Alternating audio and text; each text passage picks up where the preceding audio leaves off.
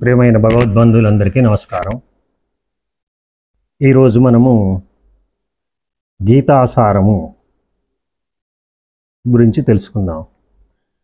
అంటే ఒకరోజు భగవాన్ రమణ మహర్షి దగ్గరికి ఒక భక్తుడు వచ్చి, స్వామి, నేను భగవద్గీత మొత్తం రోజు చదవాలంటే నేను చదవలేను. నాకు ఒక శ్లోకం అందులోది దాని సారాంశం మొత్తం ఉండే విధంగా ఒక శ్లోకం ఇవ్వమని అడుగుతారనమాట.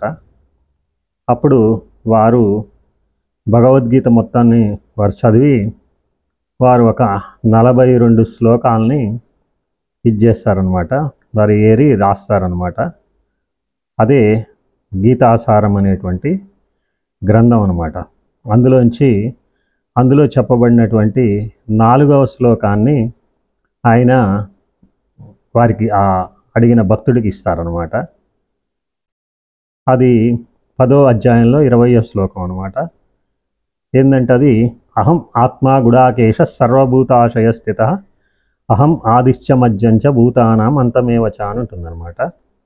కాబట్టి అయితే దాని గురించి మనం అది చదువుకునేటప్పుడు దాన్ని ఎక్స్ప్లెయిన్ చేసుకుందాము. అయితే ముందుగా మనం దీని యొక్క ప్రార్థనా శ్లోకాన్ని చదువుకొని మనం మొదలుపెట్టుకుందాము. ఓం పార్థసారథి రూపేణ శ్రావయిత్వా శుభాంగిరం పార్థస్యార్తి హరోదేవ కృపామూర్తి సపాతునః అని ఈ విధంగా ప్రార్థనా శ్లోకాన్ని వారు మంగళ స్తోత్రాన్ని తోటి ప్రారంభిస్తారనమాట. అంటే ఏంటంటే పార్థసారథి రూపేణ అంటే పార్థుడికి సారథి రూపంలో, సారథి అంటే ఆయన బండి ఆ రథము నడిపేవాడు, చారిటీర్ అంటారు అనమాట. పార్థ సారథి రూపేణ శ్రావయిత్వా శుభాంగిరిం పార్థస్యార్తి హరోదేవ అంటే ఆయన యొక్క ఆర్తిని హరించేటువంటి వాడు. ఎవరిని? ఆ యొక్క అర్జునుడి యొక్క దుఃఖాలని, బాధల్ని, క్లేశముల్ని హరించేటువంటి వాడు. తర్వాత శ్రావయిత్వా శుభాంగిరం అంటే వారి యొక్క శ్రావ్యమైనటువంటి వారి యొక్క ఈ యొక్క శ్లోకముల ద్వారా ఆ శుభాన్ని చేకూర్చేటువంటి వచనాల్ని చెప్పేటువంటి కృపామూర్తి స పాతునః అంటే వారు మనందరినీ రక్షించుగాక. ఎవరు? ఆ పార్థసారథైనటువంటి శ్రీకృష్ణ పరమాత్మ మనందరినీ రక్షించుగాక అనేటువంటి ఒక మంగళ స్తోత్రంతో భగవాను దీన్ని ప్రారంభించారనమాట. తర్వాత మనకి ఇలాంటిది శ్లోకమే భగవద్గీతలో కూడా స్టార్టింగ్లో చదువుకుంటాం అనమాట. అదే ఓం పార్థాయ ప్రతిబోధితాం భగవతా నారాయణేన స్వయం వ్యాసేన గ్రథితాం పురాణమునినాం మధ్యే మహాభారతం అద్వైతామృతవర్షిణి భగవతి అష్టాదశాధ్యాయని అంబత్వాం అనుసందదామి భగవద్గీతే భవద్వేషిణి అని చదువుకుంటాం అనమాట. అంటే ఓం పార్థాయ ప్రతిబోధితాం అంటే అర్జునుడికి, పార్థుడు అంటే అర్జునుడు అంట. ప్రతిబోధితాం అంటే చెప్పబడింది. ఎవరితో చెప్పబడింది? భగవతా నారాయణేన స్వయం అంటే ఆ భగవంతుడైనటువంటి నారాయణుడు స్వయంగా చెప్పింది. నారాయణుడు అంటే ఇక్కడ శ్రీకృష్ణ పరమాత్మ. తర్వాత పార్థాయ ప్రతిబోధితాం భగవతా నారాయణేన స్వయం వ్యాసేన గ్రథితాం పురాణమునీనాం అంటే ఆ పురాణముని అయినటువంటి వ్యాసుడు దీన్ని మహాభారత మధ్యంలో పెట్టాడు. వ్యాసేన గ్రథ పురాణం మధ్యే మహాభారతం అద్వైతామృతవర్షిణి అంటే అది అద్వైతాన్ని మనకి ప్రబోధిస్తుంది అనమాట. అద్వైతం అంటే నాన్ డ్యూయల్ స్టేట్ అనమాట. అంటే రెండు కానటువంటిది, ఏకరూపమైనటువంటిది. అంటే అద్వైతం అంటే ఇంకా ఏంటంటే రెండు అంటే ఏంటి? జీవాత్మ పరమాత్మ ఆ రెండు ఏకమైనటువంటి స్థితి నాన్ డ్యూయల్ స్టేట్ అంటారు అనమాట. ఆ స్థితిని మనకి ఆ గీత చదవటం వల్ల అలాంటి స్థితి మనకి సంప్రాప్తం అవుతుంది అనమాట. అద్వైతామృత వర్షిణి భగవతీ అంటే అమ్మ అద్వైతామృత వర్షిణి భగవతి అష్టాదశాధ్యాయని అంటే ఇట్ కంటైన్స్ 18 చాప్టర్స్ అంటే 18 అధ్యాయములు కలిగి ఉన్నది.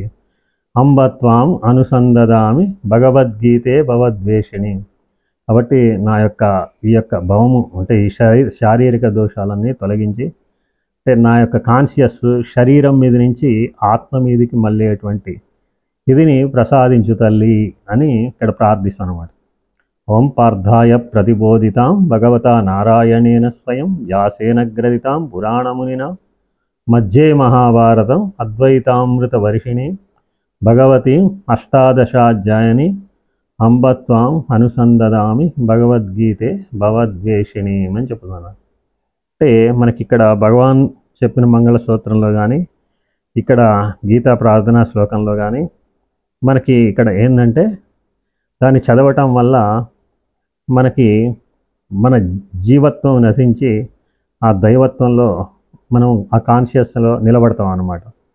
అదే అనమాట ఇక్కడ వారు చెప్పిందనమాట.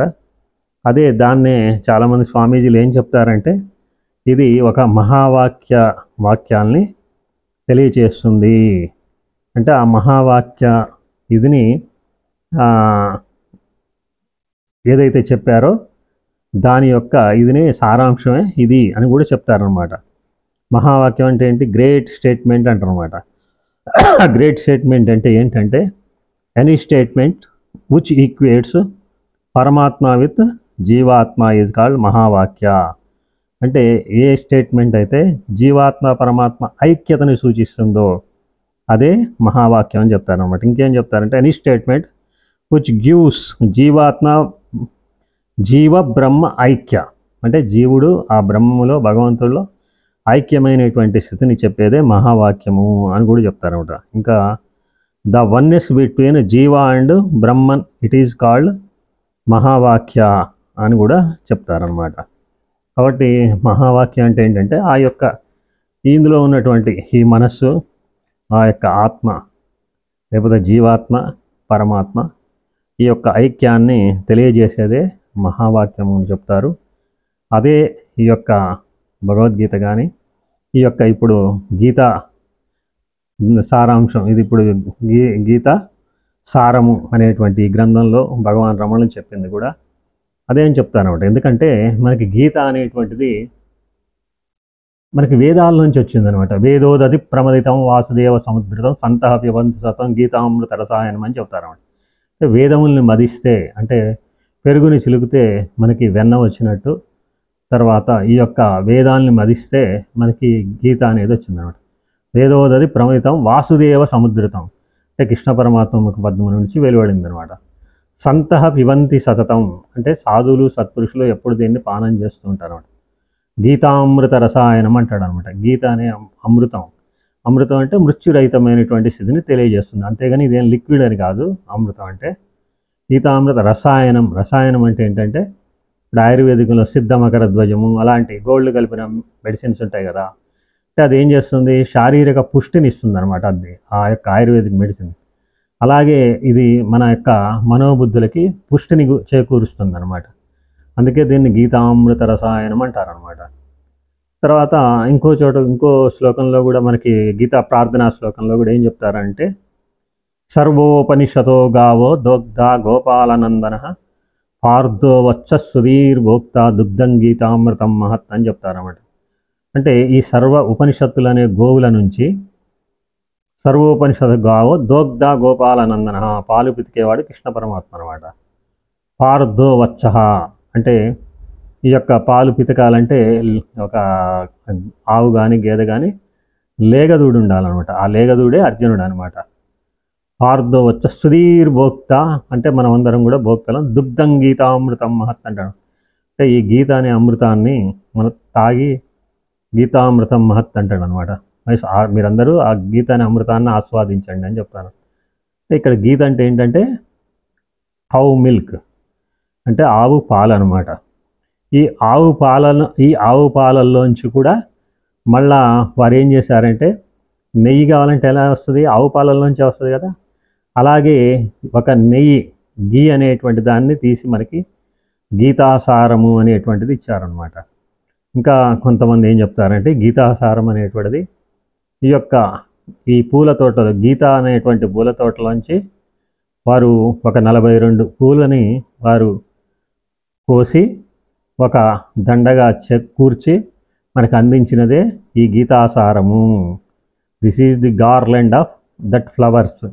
గీత అనే గార్డెన్లోంచి వచ్చినటువంటి ఫ్లవర్సే ఈ గీతాసారం అనేటువంటి ఈ యొక్క దండ. గార్లెండ్ అంటే దండ అనమాట. ఆ దండ గుచ్చి మనకి అందించారనమాట రమణ మహర్షి. కాబట్టి వారిని కూడా ముందు మనం వారిని కూడా ప్రార్థించుకొని మనం దీన్ని స్టార్ట్ చేద్దాము. అరుణాద్రిధరీవాసం కరుణామయ విగ్రహం తరుణాదిత్య సంకాశం రమణం గురుమాశ్రయే. ఫస్ట్ శ్లోకం ఏంటంటే, తాన్ తదా కృపయా విష్ణుం అశ్రుపూర్ణాకులేక్షణం విషీదంతమిదం వాక్యం ఉవాచ మధుసూదన. అంటే దుఃఖంలో ఉన్న అర్జునుడితో కృష్ణుడు ఈ కింద మాటలు చెప్పాడు. అతడు ఆత్మ న్యూనతతో మునిగిపోయాడు. కళ్ళు చెదిరిపోయి మరియు కన్నీళ్లతో నిండిపోయాయి. తన్ తదా కృపయ ఆవిష్టం అశ్రుపూర్ణాకులేక్షణం. అశ్రువులు అంటే కన్నులు. కన్నుల్లోంచి ఆ నీరు కారిపోతూ ఉన్నాయన్నమాట. అప్పుడు ఆ తదా కృపయా విష్ణు, అప్పుడు ఆయన కృపతో ఈ విధంగా చెప్తున్నారన్నమాట. విషీదంతమిదం వాక్యం ఉవాచ మధుసూదన. అంటే ఆ విషాదంతో కూడుకున్నటువంటి అర్జునుడితో ఈ కింద వాక్యం చెప్పాడనమాట. ఎవరు? మధుసూదనుడు. మధుసూదనుడు అంటే ఎవరు? కృష్ణ పరమాత్మ. మధు అనే రాక్షసుడిని సంహరించినటువంటి వాడు. మధు అంటే ఎవరు? ఈగో. మనలో ఉన్నటువంటి అహంకారమే మధువు అనమాట. అది మన ఎవరైనా అహంకారాన్ని వదులుకుంటారా? ఎవరు వదులుకోరు అనమాట. అంటే అది అంత తీయగా, మధు అంటే ఏంది? హనీ, అంత స్వీట్గా ఉంటుందన్నమాట. కాబట్టి ఎవరు వాళ్ళ వ్యక్తిత్వాన్ని వదులుకోవడానికి తొందరగా ఇష్టపడరు అనమాట. కాబట్టి అది ఆయన యొక్క అనుగ్రహంతోనే మన ఈగోని ఆయన తొలగించాలన్నమాట. అందుకు ఆయన్ని మధుసూదనుడు అన్నారనమాట. తర్వాత వీరు వీటినన్నీ ఈ 18 అధ్యాయాల్లో కూడా ఇట్లా ఫస్ట్ అధ్యాయంలో ఇది, రెండో అధ్యాయంలో ఇది, నాలుగో అధ్యాయం అట్లా కంటిన్యూ అట్లేమీ వారు చెప్పలేదన్నమాట. వారు ఈ యొక్క సాధకుడికి ఏది అనుకూలంగా ఉంటుంది, ఎట్లా అనుకూలంగా ఉంటుంది అనేటువంటి ఉద్దేశంతో వాటిని వారు ఒక క్రమ పద్ధతిలో వారు తీసుకొని చెప్పడం జరిగిందనమాట. ఇది రెండో అధ్యాయంలో 1వ శ్లోకం అనమాట ఇప్పుడు మనం చెప్పుకుంది. తర్వాత వారు నెక్స్ట్ రెండో శ్లోకం ఏం చెప్తున్నారంటే, ఇదం శరీరం కౌంతేయ క్షేత్రమిచ్చ విధీయతే ఏతద్యో వేత్తితం ప్రాహు క్షేత్రజ్ఞ ఇది తద్విధ అని చెప్తారనమాట. ఇది 13వ అధ్యాయంలో క్షేత్రజ్ఞ యోగంలో ఉంటుందన్నమాట. ఇది అందులో ఫస్ట్ శ్లోకం అనమాట. ఇదం శరీరం కౌంతేయ అంటే ఈ శరీరం, ఇదం శరీరం కౌంతేయ క్షేత్రం ఇది అభిధీయతే, దీన్ని క్షేత్రం అని చెప్పుచున్నారు. ఏతద్యో వేత్తితం ప్రాహు క్షేత్రజ్ఞ ఇది తద్విధ అంటారనమాట. అంటే దీన్ని తెలుసుకునేటువంటి వాడు ఎవరు ఉన్నారో అతనే క్షేత్రజ్ఞుడు అంటారనమాట. అయితే దీన్ని మనం both the languages, Telugu and English రెండిట్లో చూద్దాం. Now let us see in English also. First శ్లోకం, first verse, the meaning of first verse ఏంటంటే, to Arjuna who was overcome with compassion, pity and sadness and whose eyes were filled with tears. అంటే ఇక్కడ ఏం చెప్పారు వారు ఇందాక శ్లోకంలో? తదాకృప అశ్రుపూర్ణాకులేక్షణం అని చెప్పాడు కదా. అశ్రువులు కారుతూ ఉన్నాయి కదా, అంటే అదే ఇక్కడ చెప్తున్నారు అనమాట. ఆయన whose eyes were filled with tears. Madhusudana, Bhagavan Krishna said as followers. తర్వాత మనం ఇప్పుడు సెకండ్ శ్లోకం చెప్పుకున్నాగా, ఇదం శరీరం కౌంతేయ క్షేత్రం ఇచ్చభిధీయతే ఏతద్యో వేత్తితం ప్రాహు క్షేత్రజ్ఞ ఇది తద్విధ. Now we see the second verse translation also. O Arjuna, the wise sages call this body the kshetra of the or the field, either call it as kshetra or field, and he who knows it, the kshetrajna or the knower of the field. కాబట్టి అతన్ని క్షేత్రజ్ఞుడు లేకపోతే ఈ క్షేత్ర ఫీల్డ్ని తెలుసుకునేటువంటి వాడే అని చెప్తున్నారనమాట. కాబట్టి తర్వాత నెక్స్ట్ ఏం చెప్తున్నారనంటే, దాని తర్వాత శ్లోకం అది కూడా 13వ అధ్యాయంలో రెండోది ఉంటుంది. ఈ ఈ సీరియల్లో 3వ శ్లోకం అనమాట. క్షేత్రజ్ఞం చాపిమాం విద్ధి సర్వక్షేత్రేషు భారత క్షేత్రజ్ఞయోర్జ్ఞానం యత్తజ్ఞానం మతం మమ అంటారనమాట. క్షేత్రజ్ఞం చాపిమాం విద్ధి అంటే నేనే క్షేత్రజ్ఞుడని, విద్ధి అంటే తెలుసుకో. క్షేత్రజ్ఞం చాపిమాం విద్ధి సర్వక్షేత్రేషు భారత అంటే సర్వక్షేత్రాల్లో ఉన్న క్షేత్రజ్ఞుడిని నేను. సర్వక్షేత్రాలు అంటే ఏంటి? అన్ని శరీరాల్లో, even not only human beings, animals, birds and everything, అన్నిటి యొక్క అన్ని క్షేత్రాల్లో ఉన్నటువంటి క్షేత్రజ్ఞుడిని నేనే. సర్వక్షేత్రేషు భారత క్షేత్రజ్ఞయోర్జ్ఞానం యత్తజ్ఞానం మతం మమ. ఎవరైతే ఈ క్షేత్రజ్ఞుల యొక్క జ్ఞానాన్ని తెలుసుకుంటారో అదే జ్ఞానము. అంతే తప్ప ఏదో మిగిలిన భౌతిక విద్యలు, భౌతిక జ్ఞానాలన్నీ కూడా అవన్నీ భుక్తి విద్యలు అంటారు అన్నమాట. ఏదైతే ఈ క్షేత్రం అంటే ఈ శరీరాన్ని, ఈ శరీరంలో ఉండేటువంటి ఈ చైతన్యం, కాన్షియస్ అనేటువంటిది ఏదైతే ఉందో దాన్ని తెలుసుకునేటువంటి జ్ఞానం ఏదైతే ఉందో అదే నిజమైనటువంటి జ్ఞానము. దాన్నే ఆత్మజ్ఞానము, దాన్నే బ్రహ్మజ్ఞానం అంటారు అన్నమాట. Now let us see third verse meaning. You should know that the kshetrajna or the embodied self in all bodies are kshetras is me. O Arjuna, knowing about the kshetra and the kshetrajna is called knowledge. Knowledge అంటే జ్ఞానము. యొక్క క్షేత్రజ్ఞుల యొక్క గురించి తెలుసుకునేటువంటిది ఏదైతే ఉందో అదే జ్ఞానము అని చెప్తున్నారన్నమాట. తర్వాత వారు అతనికి ఒక శ్లోకాన్ని సూచించారని చెప్పాం కదా ఆ భక్తుడికి. ఆ శ్లోకం ఏంటంటే, అహం ఆత్మ గుడాకేశ సర్వభూతాశయస్థిత అహం ఆదిత్య మధ్యంచ భూతానాం అంత ఏవచ అంటారు అనమాట. అర్జున, అహం ఆత్మ, నేనే ఆత్మను. అహం ఆత్మ గుడాకేశ సర్వభూతాశయస్థిత అంటే సర్వప్రాణుల్లో, సర్వభూతములు అంటే ఇక్కడ భూతాలు దయాలని కాదు, సర్వప్రాణులు. భూతం అంటే ప్రాణులు అని అనమాట సంస్కృతం. సర్వభూతాశయ స్థిత అంటే సర్వభూతాలని ఆశ్రయించుకొని నేనే ఉన్నాను, వాళ్ళ హృదయాల్లో నేనే ఉన్నాను అని చెప్తున్నారు అనమాట. తర్వాత అహం ఆదిత్య మధ్యంచ భూతానాం అంతమేవచ అంటే ఈ యొక్క ప్రాణుల యొక్క ఆది, మధ్యము, అంతము మూడు కూడా నేనే అని చెప్తున్నారు అనమాట. I am the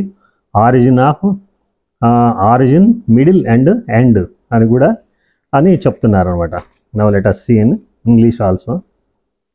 I am the self O Gudakesha అంటే Arjuna, situated within all living entities. I am the origin, the middle and also the end of all beings అంటే అన్ని ప్రాణుల యొక్క ఆరంభము, మధ్యము, చివరి వరకు అంతా నేనే అని చెప్తున్నారు అన్నమాట. తర్వాత 5వది జాతస్య హి ధ్రువోర్మృత్యు ధ్రువం జన్మ మృతస్య చ తస్మాద పరిహార్యార్థే నత్వం శోచితుమర్హసి అంటారు అన్నమాట. అంటే జాతస్య హి అంటే పుట్టినటువంటి వాడికి, ధ్రువోర్మృత్యు మరణం అనేటువంటిది తప్పదు. తర్వాత ధ్రువం జన్మ మృతస్య చ అంటే మళ్ళీ మరణించిన వాడికి మళ్ళీ జన్మం అనేటువంటిది తప్పదు.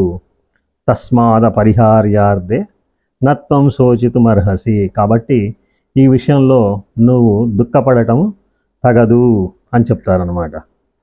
Let us see in English also.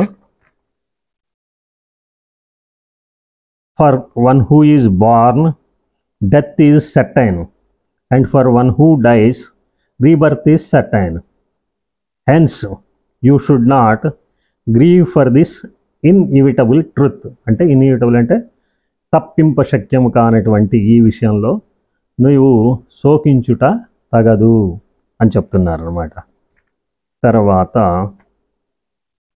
6 చూసుకున్నట్లయితే, నజాయతే మ్రియతే వా కదాచిన్నాయం భూత్వా భవితావాన భూయః అజో నిత్య శాశ్వతోయం పురాణో నహన్యతే హన్యమానే శరీరే అని చెప్తున్నారు. అంటే నా జాయతే మ్రియతేవా అంటే ఈ ఆత్మ పుట్టదు, చనిపోదు. నా జాయతే నా మ్రియతే పుట్టిన తర్వాత ఇక ఉండదు. అంటే అయం భూత్వా భవితావానభూయ, అంటే చనిపోతుంది. అతను జన్మించిన వాడు శాశ్వతుడు మరియు పునాతనుడు. శరీరం చంపబడిన ఆత్మ ఎప్పటికీ హాని లేకుండా ఉంటుంది. అంటే అజో అంటే అజహ అంటే ఎప్పుడు ఉండేటువంటిది, పుట్టుక లేనిది. నిత్య అంటే ఎటర్నల్ శాశ్వతమైనటువంటిది. తర్వాత శాశ్వతోయం పురాణో నహన్యతే హన్యమానే శరీరే అని చెప్తున్నాడు అనమాట. అంటే ఈ శరీరం చనిపోయినా అది చంపబడదు, అది ఎప్పటికీ చనిపోకుండా ఉంటుంది. అంటే ఆత్మ అంటే ఇందులో ఉన్నటువంటి కాన్షియస్ అంటే చైతన్యము అని కూడా చెప్పుకోవచ్చు అనమాట. ఇందులో ఉన్నటువంటి చైతన్యము ఎప్పుడూ ఉండేటువంటి. The self is never born అంటే పుట్టలేదు ఎప్పుడు. Nor does it die at any time, అంటే ఇది ఏ టైంలో కూడా చంపబడదు, ఇది పుట్టదు చావదు. It does not come into existence by being born, అంటే ఇది ఈ శరీరము ఉన్నప్పటికీ లేనప్పటికీ అది ఎప్పుడూ ఉంటుందన్నమాట. The self is constant, it is not killed when the body dies, అంటే ఒకవేళ శరీరం చనిపోయినప్పటికీ కూడా ఇది చనిపోదన్నమాట. It is not killed when the body dies, అంటే శరీరం చనిపోయినప్పటికీ కూడా ఈ యొక్క ఆత్మ అనేటువంటిది చంపబడదు అని చెప్తున్నారనమాట. తర్వాత నెక్స్ట్ చూసినట్లయితే 7వది అచ్ఛేద్యోయం అదాహ్యోయం అక్లేద్యో అశోష్య ఏవచ నిత్య సర్వగత స్థాణు అచలోయం సనాతన, అంటే ఆత్మ అనేది అచ్ఛేద్యోయం అంటే ఇది ఛేదింపబడనిది, అంటే ఖండింపటానికి వీలు లేనటువంటిది. తర్వాత అంటే ఇది పంచభూతాలతో దేనితో కూడా ఇది నాశనం చేయలేవు అని ఇక్కడ చెప్తున్నారన్నమాట. అచ్ఛేద్యోయం. తర్వాత హదాహ్యోయం అంటే ఇది దహింపబడదు, అంటే భూమితో ఏం చేయలేము, అగ్ని ఏం చేయలేదు, దహింపలేదు. అక్లేద్యో అంటే ఇది గాలి ద్వారా ఎండేటువంటిది, డ్రై అవ్వదు అనమాట. అంటే ఈ యొక్క భూమి, నీరు, తర్వాత భూమి, నిప్పు, తర్వాత నీరు, తర్వాత గాలితో ఎండింపబడదనమాట. తర్వాత నీరు తడపజాలదనమాట. అక్లేద్యో అశోష్య ఏవచ. తర్వాత నిత్య సర్వగత, అంటే ఇది ఎప్పుడూ ఉండేటువంటిది. సర్వగత అంటే ఆల్ పర్వేడింగ్, అంతటా వ్యాపించి ఉన్నటువంటిది.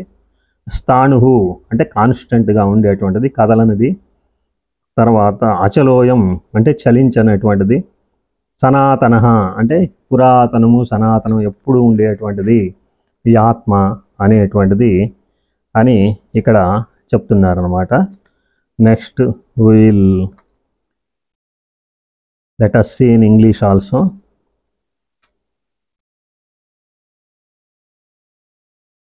The soul or the self is indeed incombustible, అంటే ఇది దహింపబడనిది. తర్వాత ఇట్ కెనాట్ బి కట్, అంటే దీన్ని నరకలేము అనమాట. నార్ మాయిశ్చర్డ్ అంటే మాయిశ్చర్ వేయటం అంటే దాని తేమ, అంటే తేమ కానీ తడపడం అంటారు కదా. It cannot Nar మాయిశ్చర్డ్ Nar dried, అంటే అది తడపబడదు, ఎండింపబడదు. గాలి ద్వారా అదేం ఎండబడదు, ఎండం. ఇప్పుడు మనం వాషింగ్ మిషన్లో బట్టలు వేస్తాం, మళ్ళీ ఎండాలంటే ఏం చేస్తాం, బయట గాలికి వేస్తాం కదా. అట్లనే ఈ ఆత్మ అనేటువంటిది ఈ యొక్క తడవటం కానీ ఎండిపోవటం కానీ అలాంటిది ఏమీ ఉండదు అనమాట. It is eternal and it has, అంటే ఇది శాశ్వతమైనది, నిత్యమైనది. It has been there for ever, అంటే ఇది ఎప్పుడు కూడా ఉండేటువంటిది అని చెప్తున్నారు అనమాట. తర్వాత 8వది చూసినట్లయితే మనము అవినాశితు తద్విద్ది ఏన సర్వమిదం తతం వినాశమవ్యయస్యాశ్చ నకశ్చిత్ కర్తుమర్హతి. అవినాశితు తద్విద్ది ఏన సర్వమిదం తతం వినాశమవ్యయస్యాశ్చ నకశ్చిత్ కర్తుమర్హతి, అంటే విశ్వమంతా వ్యాపించి ఉన్న నాశనం కానిది ఒక్కటే అని తెలుసుకోండి, ఇది నాశనము కానిది. తర్వాత కాబట్టి ఎవరు దాన్ని చేయజాలరు అని చెప్తున్నారు అన్నమాట. అంటే మనం ఇవన్నీ చూసినట్లయితే వారు ఇందాక మనకి 2వ శ్లోకంలో చెప్పారు కదా, క్షేత్రము క్షేత్రజ్ఞుడు అని. క్షేత్రం అంటే ఈ శరీరము, శరీర లక్షణాలు, తర్వాత ఆత్మ లక్షణాలు, ఇందులో ఉన్న చైతన్యం లక్షణాల గురించి, ఆ కాన్షియస్ గురించి, ఆత్మ గురించి చెప్తున్నారు అనమాట. You let us see in English also. You must know that that which pervades the body can never be destroyed, అంటే నశింప చేయలేనటువంటిది. ద సోల్ ఈజ్ ఇండిస్ట్రక్టబుల్, అంటే నాశనం లేనటువంటిది. అండ్ ఇంపెరిషబుల్, అంటే ఇది నాశనం కాదు, దీన్ని ఎవరు నాశనం చేయలేరు అని చెప్తున్నారు అన్నమాట. తర్వాత మనం 9వ చూసినట్లయితే,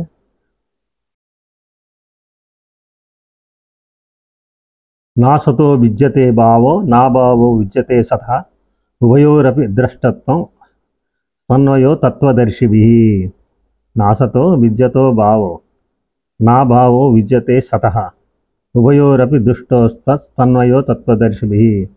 అవాస్తవానికి అంటే అసత్తుకి ఉనికి లేదు, మరియు నిజమైన ఎప్పటికీ ఉనికిలో ఉండదు. సత్తుకి ఎప్పుడు ఉనికి కలిగి ఉంటుందన్నమాట. రెండింటి సత్ మరియు అసత్తు యొక్క సాపేక్ష వాస్తవికతను, అంటే అంతిమ సత్యాన్ని చూసేవారు గ్రహించారు. అంతిమ సత్యం ఎవరు గ్రహించారు? తత్వదర్శిభి, తత్వాన్ని తెలుసుకున్నటువంటి వాళ్ళు. ఆ తత్వం అంటే ఏంటి? ఆ యొక్క ఆత్మతత్వము, భగవతత్వాన్ని తెలుసుకున్నటువంటి వాళ్ళు చెప్తున్నారు అన్నమాట. అసత్తుకి ఉనికి లేదు, సత్తుకి ఉనికి లేకపోవటం అంటూ లేదు. కాబట్టి ఈ యొక్క సత్ అసత్తులు, ఈ రెండింటిని తెలిసినటువంటి తత్వవేత్తలు, ఆత్మవేత్తలు చెప్పుచున్నారు అని చెప్తున్నారు అన్నమాట. కాబట్టి ఇక్కడ చూసినట్టయితే తత్వవేత్తలు, ఆత్మవేత్తలు అని ఏం చెప్తున్నారంటే, ఇక్కడ మనకి let us say in English also, seers who have studied both the material body and the eternal soul have concluded that the unreal doesn't endure and the real never ceases to be. అంటే ఇప్పుడు ఇదంతా కూడా మనం క్షేత్రం, క్షేత్రజ్ఞులు అని చెప్పుకున్నాక, ఈ శరీరము, శరీరంలో ఉన్న ఆత్మ చైతన్యం గురించి చెప్తున్నారు అన్నమాట. సీర్స్ అంటే తత్వదర్శి అన్నారుగా, seers who have studied both, అంటే ఈ శరీరాన్ని, ఈ ఆత్మతత్వాన్ని గురించి ఎవరైతే తెలుసుకున్నారో వాళ్ళు చెప్తున్నారు అనమాట. అంటే ఈ యొక్క అసత్తుకి ఉనికి లేదు. The material body and the eternal soul have concluded that the unreal does not endure. Unreal అంటే ఈ అన్రియల్ అయినటువంటి ఈ శరీరము ఎప్పుడుకి ఉండదన్నమాట, అది అసత్తు అనమాట. తర్వాత and the real never ceases to be, అంటే దాన్ని ఎవరిని కూడా ఆ యొక్క ఆత్మ చైతన్యం అనేటువంటిది ఎప్పుడు ఉండేటువంటిదే అని చెప్తున్నారనమాట. కాబట్టి మనము ఈ విధంగా ఈ యొక్క క్షేత్రజ్ఞుల యొక్క, అంటే ఆత్మ అనాత్మ యొక్క తత్వాన్ని ఈ విధంగా తెలియజేశారనమాట. మళ్ళీ ఇంకా మిగిలిన శ్లోకాల గురించి మనం ఫర్దర్ నెక్స్ట్ క్లాస్లో మనం తెలుసుకుందాము. స్వస్తి. ఓం పూర్ణమదః పూర్ణమిదం పూర్ణాత్ పూర్ణముదచ్యతే పూర్ణస్య పూర్ణమాదాయ పూర్ణమేవావశిష్యతే. ఓం శాంతి శాంతి శాంతి. హరి ఓం తస్సత్.